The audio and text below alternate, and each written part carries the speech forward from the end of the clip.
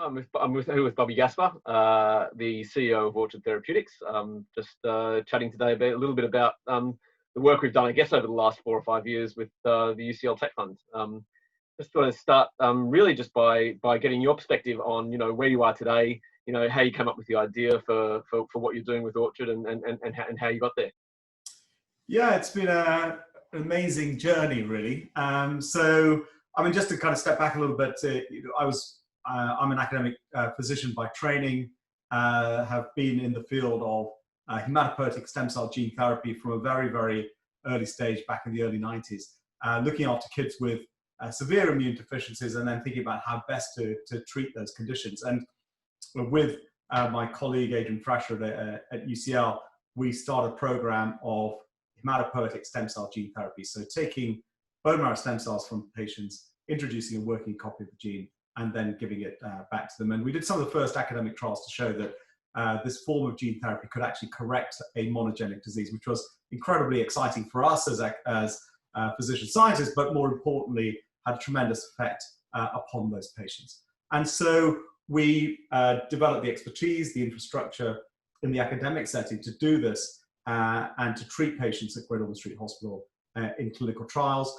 And as we treated more patients, as we developed gene therapy for more diseases, we were receiving referrals from really all over the world for patients to come and access treatment. And because it was working so well, we felt very strongly that this needed to be available for patients on a global basis. And really, that was when we started thinking, well, how can we make that happen? We can't just keep this in academia. This has to become something that can be used as a licensed medicine on a global scale for the benefit of patients. And so we needed to do that through a commercial entity, and we had opportunities to license the technology to other companies. But actually then the vision of setting up our own entity that would take what we were doing and similar programs from other academic institutions into one entity to take them forward to become approved genetic medicines became very, very exciting. And thankfully, there were investors who also believed that that was the right way to go as well. And so with other investors and with UCLTF, the opportunity came to set up Orchard. And that's how the genesis of the company came into being.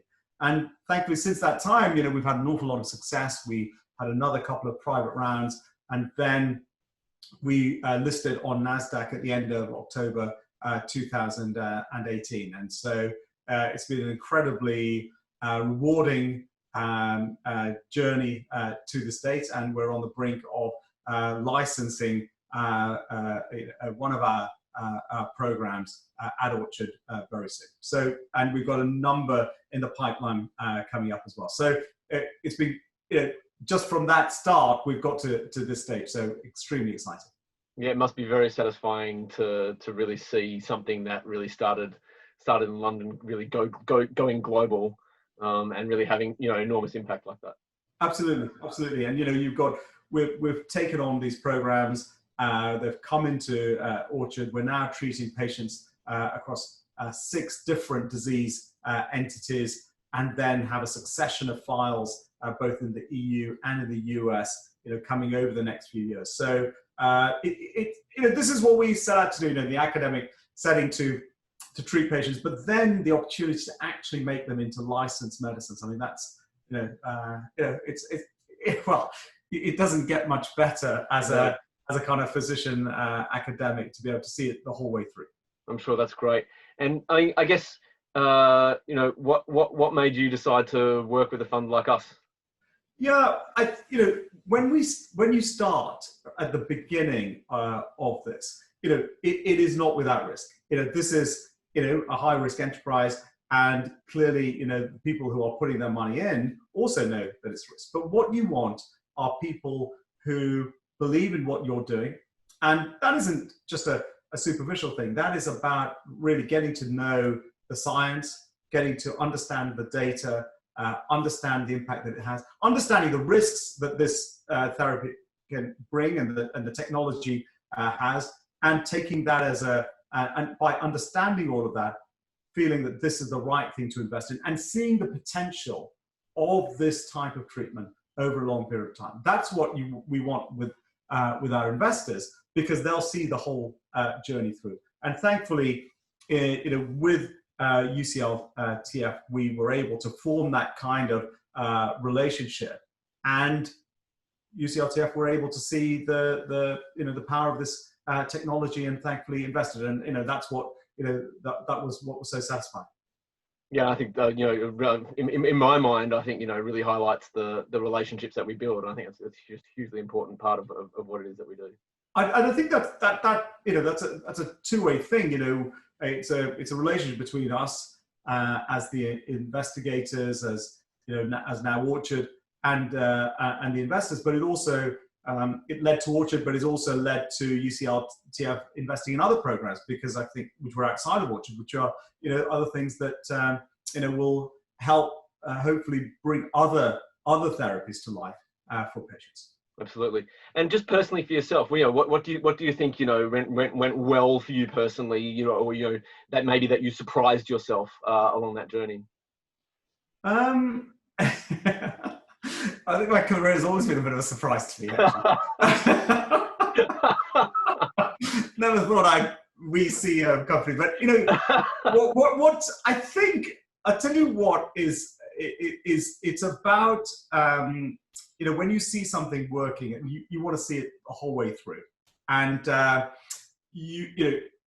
didn't want to leave it at the point where somebody else took it on, as it were, to take forward, because unless you fully understand what this involves, you need to be a part of making it happen, because there will be challenges all the way along, whether it's on the regulatory side, on the manufacturing side. But the more you know, the more you understand, the more you can be part of going through that process. So it's been very satisfying to be able to be part of that journey. But I think but the other part of it is to have people who are going to support you along that path as well, and that's not only from the kind of academic side early on, but as you go later on, it's the investors as well, and being able to talk to them on a regular basis about what you're doing. And it's not always easy. It's not always kind of smooth sailing. It's going to have its ups and downs. But if people understand what you set out to do and trust that you are doing it in the appropriate way, then again, you build up that relationship. It's a very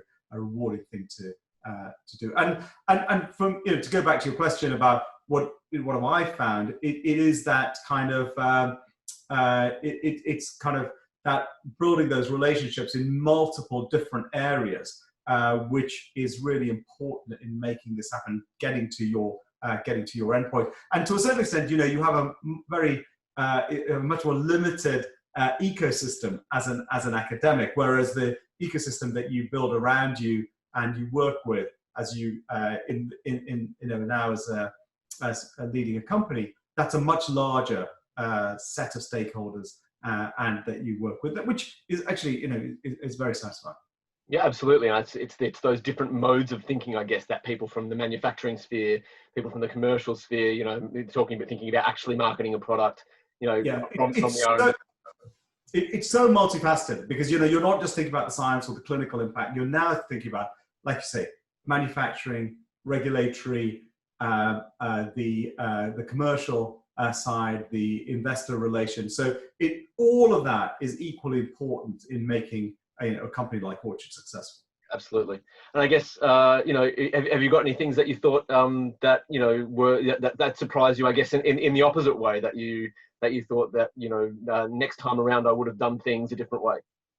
I think more than anything else, I think the biggest leap that I think I've seen from going from academia into the commercial setting, I think the biggest leap is on the manufacturing front, and just how much and I think this is the I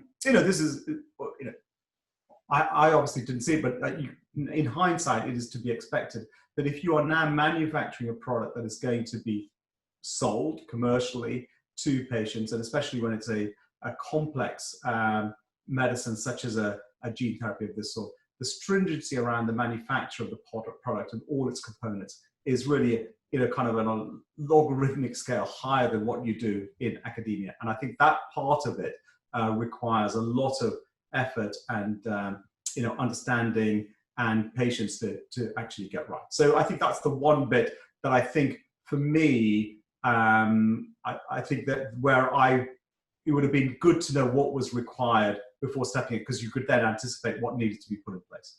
Absolutely. And I think maybe that's something, going forward, is that, at an institution level at a place like UCL, we can definitely be thinking about. I guess last question really, what do you reckon makes a good investor? And, as an investor, clearly we get some things right and we get some things wrong. What do you think we as investors could have done better? Yeah, I think, I think if, let's say you're investing now with some academics who've got, new IP or a new technology that they're building on, I think what you did with us is absolutely the right thing. Get to know the science, get to know the investigators, understand all the benefits of the risks of the technology, so you're fully prepared for what's coming. That gives you the confidence to invest and also see things through. I think the more experience that you have as a fund in seeing companies grow, having invested in them, and passing on that information and that experience to new spin-outs or in new investments, I think makes a big difference, because being forewarned is to be is to be armed. So I think that if you can, from what you've learned from Orchard or elsewhere, and you pass that on to your new investments, and maybe even ask them to make connections with people like myself who've been through that journey, I think it helps the new company or spin out really kind of move forward in a way that can maybe avoid certain challenges that, say, for example, that we've had to face. Yeah, absolutely. It makes things faster, I think, to get out there, to get into patients, as you say, stringency of manufacturing, that sort of thing. Great. I really appreciate your time. Thanks very much for talking to us. Not at all, Simon. And it's been great to work with you and UCL TF and TF. Cheers, Bobby.